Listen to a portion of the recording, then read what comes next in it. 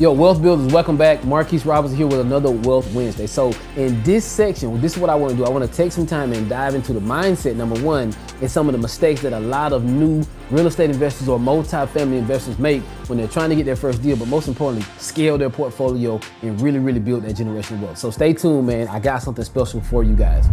Yo, so a few things what I see all the time when it comes to newbie real estate investors or new multifamily investors, right? They don't seek mentorship. Again, you need to pay someone to teach you how to, number one, save time, right? Save money. But last but not least, man, don't make the mistakes they made, okay? I want you guys to understand something. This is a business. Multifamily is a business, number one. So number two, you should be reinvesting in yourself at all costs, okay? Again, I'm not saying spend your last. I'm not saying be crazy like me and spend your last on finding a mentor. But what I'm saying is, let's do some research ahead of time, okay? Let's slow down a bit and let's make sure we understand exactly what we're getting into when we get into real estate investing, whether it's wholesaling or multifamily specifically in this segment, okay? So part two, right?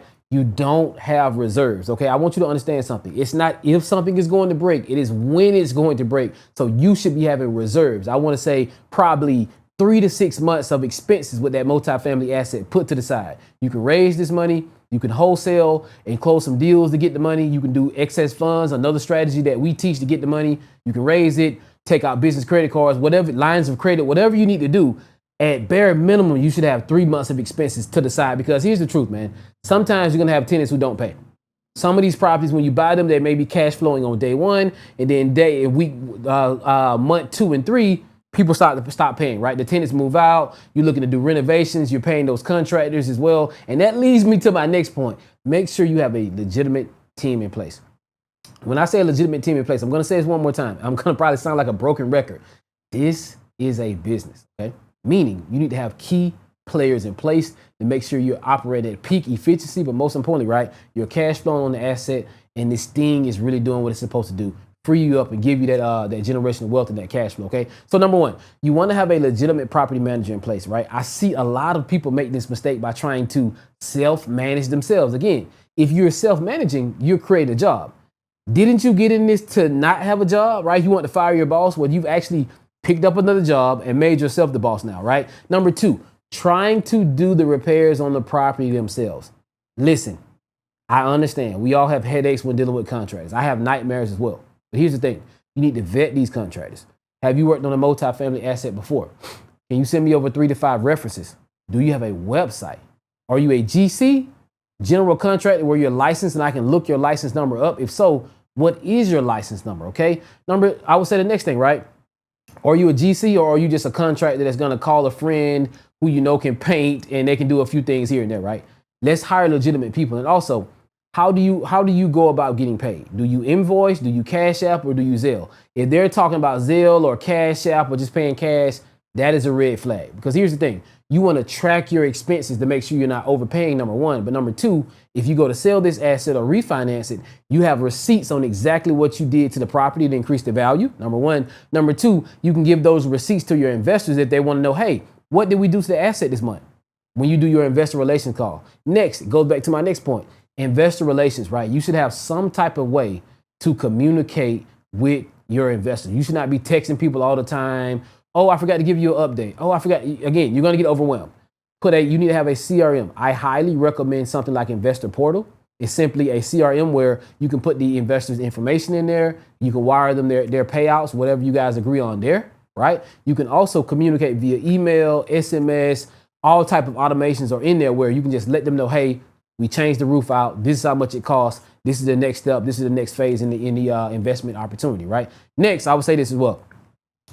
People are taking cash payments from tenants. That is a big no-no because you don't have no paper trail of if they paid or not, okay? How do I know this?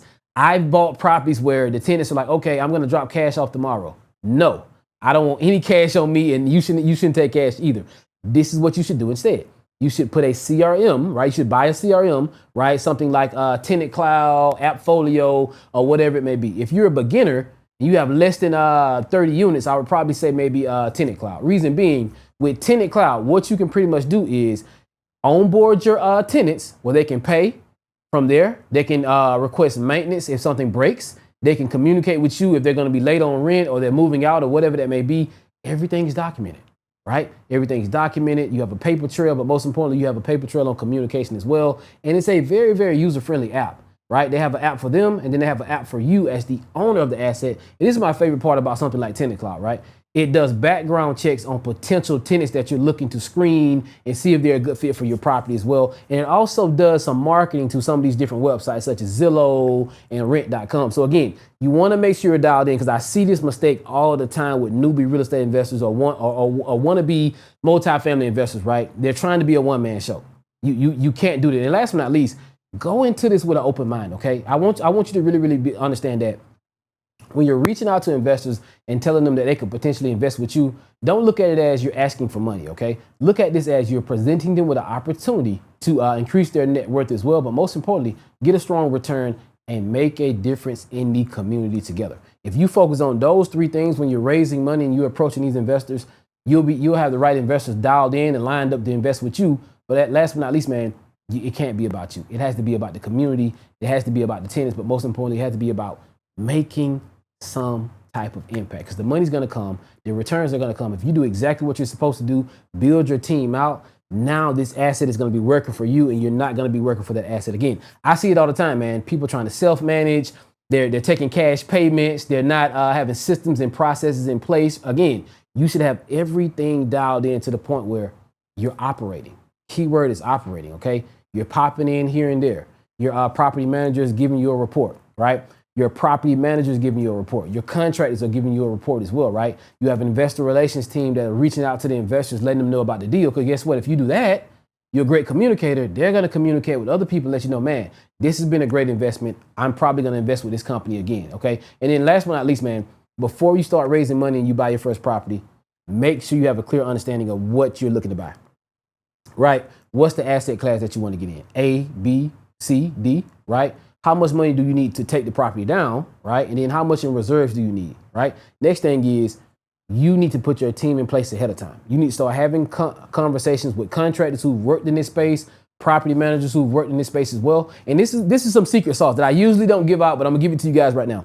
You need to find some type of strategic partnerships with nonprofit organizations, rental assistance program, whatever that may be, just in case you have a tenant who may be falling short or they may be going through hard times. You know ahead of time, hey, don't worry, Mr. Tenant, Mr. Johnson in unit 2107, call this program right here. I think they can help you out.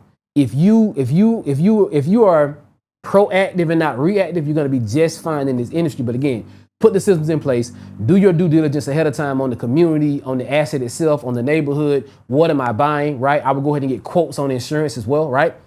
Find out who's going to give you the best quote on insurance and what all does the insurance cover. Does it cover fire? Does it cover fire? Does it cover if a tree falls on the property, right? If someone tries to sue you or whatever that may be. Let's do our due diligence ahead of time before we buy a multifamily asset. If you do those things, you'll be just fine in multifamily investing. If you want more game, man, do me a favor, right? I go over this bi-weekly in our community from 7 p.m. to 9 p.m. EST, bi-weekly on Wednesday. So do me a favor. Click the link below to join me in my community. I'm going to give you guys all the sauce. I'm going to have my property manager come on, right? My contractors come on. I'm also going to have my attorney come on to make sure you're structuring your paperwork the right way, you're protecting yourself, and you're a top-notch multifamily investor. Catch you guys next time.